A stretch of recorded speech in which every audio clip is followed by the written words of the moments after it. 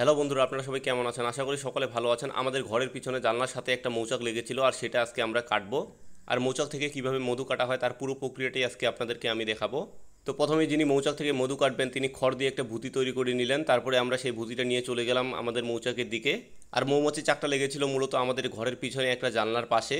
আর এই মৌমাছি চাকটা আমাদের বাসায় অনেকদিন আগেই লেগেছিল, কিন্তু কাটবো কাটবো করে আর কাটা হয় না। আর যিনি মৌমাছি চাক কাটেন তিনিও আসতে সময় পাচ্ছিলেন না। তো ফাইনালি সব কিছুর অবসান ঘটিয়ে তিনি আজকে আসতে পেরেছেন। তারপরে তিনি মৌচাকটি দেখে বললেন কিছু পরিমাণে মধু হবে। তারপরে আমি আর দেরি না করে বললাম কেটে ফেলেন। এরপরে উনি কাটা শুরু করে দিল। তারপরে দেখেন মৌমাছিগুলো কি সুন্দরভাবে ছড়িয়ে যাচ্ছে। আর তিনি খড়ে যে ভুতিটা নিয়েছিল সেটাতে আগুন জ্বালিয়ে মৌচাকটাতে ধোয়া দিচ্ছিল, যাতে করে মৌমাছিগুলো খুব সহজেই সরে যায় এবং তিনি যেন খুব সুন্দরভাবে মৌচাকটা কাটতে পারেন। এখন আপনারা একটু দেখুন যে মৌচাক কাটার সময় মৌমাছি কেমন শব্দ করে।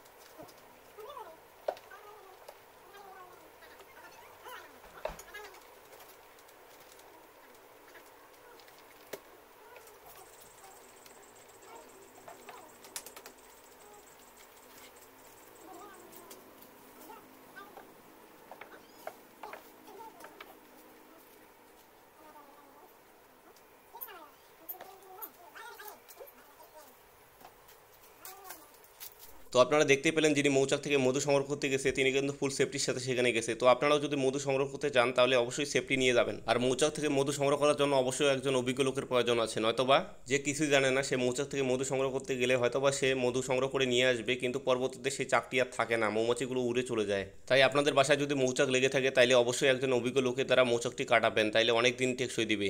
বলতে অনেক দিন মৌচাকটি থাকবে, তারপরে আপনি 2-4 মাস পর পর মধু সংগ্রহ করতে পারবেন। এটা কিন্তু সৃষ্টিকর্তার দেওয়া এক বিশাল দান। হাজার হাজার মৌমাছি ফুল থেকে মধু এনে বিভিন্ন প্রক্রিয়া সম্পন্ন করে তারপরে এই মৌচাকে মধু জমায়, আর সেই মধু আমরা খেতে পারতেছি, এটাই তো বিশাল সৌভাগ্যের ব্যাপার। আর তার থেকেও বড় কথা হচ্ছে এটা একবারে নির্ভেজাল ও খাঁটি মধু। আর এই মধুতে কিন্তু পুষ্টিগুণ দিয়ে ভরপুর, যেখানে বিভিন্ন প্রকারের উপাদান থাকে যেগুলো আমাদের মানব শরীরের জন্য অনেক উপকারী। তো দেখতেই পাচ্ছেন সফলভাবে আমরা মৌচাকটি কেটে আনলাম। এখন মৌচাক থেকে মধু বের করতেছি, আর মধুটার যে কালার হয়েছে দেখে খেতে ইচ্ছা করতেছে। মৌচাকে যে মৌমাছিগুলো লেগেছিল সেগুলো ফেলাই দিচ্ছি এক এক করে, তারপরে সেটা চিপে চিপে রসটা বের করতেছে। আর মধু বের করার পর যে মৌচাকটা থাকে সেটা দিয়ে কিন্তু মম তৈরি করা হয়। তো ফাইনালি আমাদের মধু বের করা শেষের দিক। তারপরে মধুটা ভালো করে ছাঁকনি দিয়ে ছেঁকে নিচ্ছি, আর আমাদের আশেপাশে সবাই গ্লাস নিয়ে বসে আছে মধু খাবে বলে। এরপর সবাইকে অল্প করে মধু দিলাম, কারণ এটার প্রতি লোভ সবারই আছে। আর আজকে টোটাল 2.5 কেজির মতো মধু হয়েছে। তো বন্ধুরা, আজকে এ পর্যন্ত। ভিডিওটি ভালো লাগলে আমার চ্যানেলটি সাবস্ক্রাইব করে পাশে থাকবেন। ধন্যবাদ সকলকে।